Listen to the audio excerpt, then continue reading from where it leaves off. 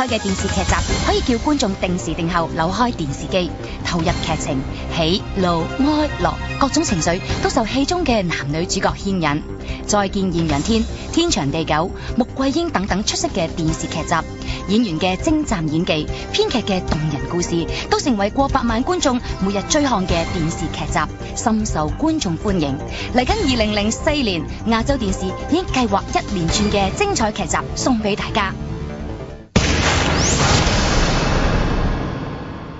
2004勢在亞洲，要做到有氣勢嘅話，當然有份量嘅電視劇就係唔少得嘅。咁究竟04年打頭陣嘅電視劇係邊一部呢？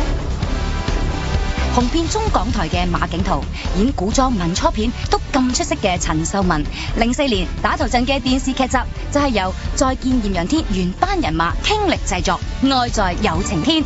強勁嘅班底當然唔止馬景濤同埋陳秀雯啦，仲有電影紅星金燕玲、久未露面嘅藍潔瑛同埋李香琴、吳婉儀、江毅叔、謝雪心同埋呂有慧等等。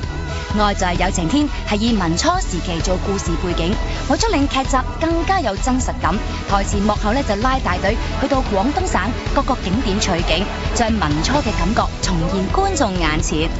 故事內容咧，其實係一個大宅門嘅故事，就係講以前封建思想一對男女點樣去衝破嗰個封建嘅制度，然後去揾佢哋嘅幸福嘅一個電視劇。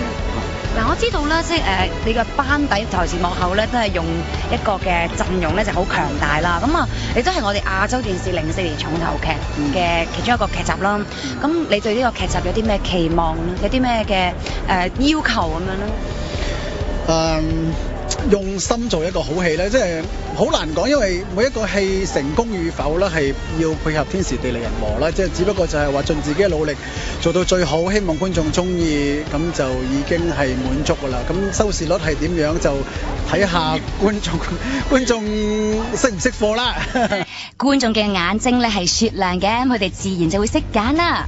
有咁動人嘅故事，自然有出色嘅演員嚟到演繹。今次呢，每個角色都有咁獨特嘅個性，充滿發揮機會。男女主角馬景濤同埋陳秀雯呢一對好拍檔，當然啦，就同樣都有突破性嘅演出啦。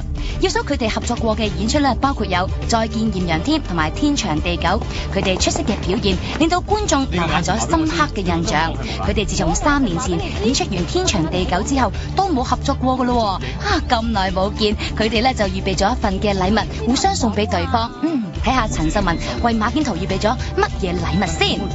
我今日準備咗條暖暖嘅頸巾，咁希望送俾邊個？希望馬景濤咁喺拍攝期間唔好冷親咯。係，咁啊請馬景濤先生出嚟啦。係，小埋得笑。哇，好靚啊呢個禮物。呢度講明咧，呢個係自己買嘅，真係自己。就唔係公司，唔係道具嚟㗎。係啦，果然係一份好有心思嘅禮物啦。咁馬景濤，你又預備咗咩禮物送俾阿陳秀雯啊？睇下先。呢個。有證書，哇！呢個係係攞出嚟，好似一個 BB 咁樣，我見到就好似有個 BB 係啦。咁阿哥咧就預備咗一個安睡嘅 BB 玻璃擺設送俾 Amy， 而且仲寫咗張心意卡，將佢想對 Amy 所講嘅嘢一一寫喺卡上邊。小 baby 呢，我覺得就好像是我跟秀雯的這個重逢的一種像嬰兒一樣的一種心情 ，very very clean，而且我們希望我們像嬰兒一樣有個赤子之心，然後完成這個愛在有晴天。大家都好關心同埋了解對方，相信佢哋嘅合作一定可以再次擦出火花，為04年嘅愛在有晴天創下佳績。故事夠吸引，再加上個個都係好戲之人，係咪好心急想睇呢？好簡單嘅啫，04年啦，幾時？咁啊，黐住我哋亞洲電視咪知咯，因為我哋為你送上精彩嘅節目。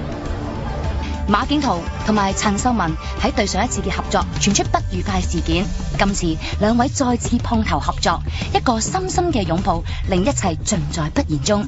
時隔3年，究竟佢哋點樣睇當年嘅不愉快事件呢？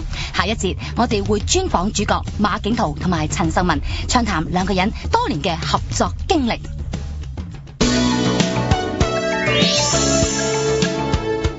係係啦，小馬哥 Amy， 你哋又再合作咯喎，咁啊今次咧其實呢個愛在有晴天咧裏邊嘅角色，可唔可以同大家講下透露少少咧？Amy 先，OK。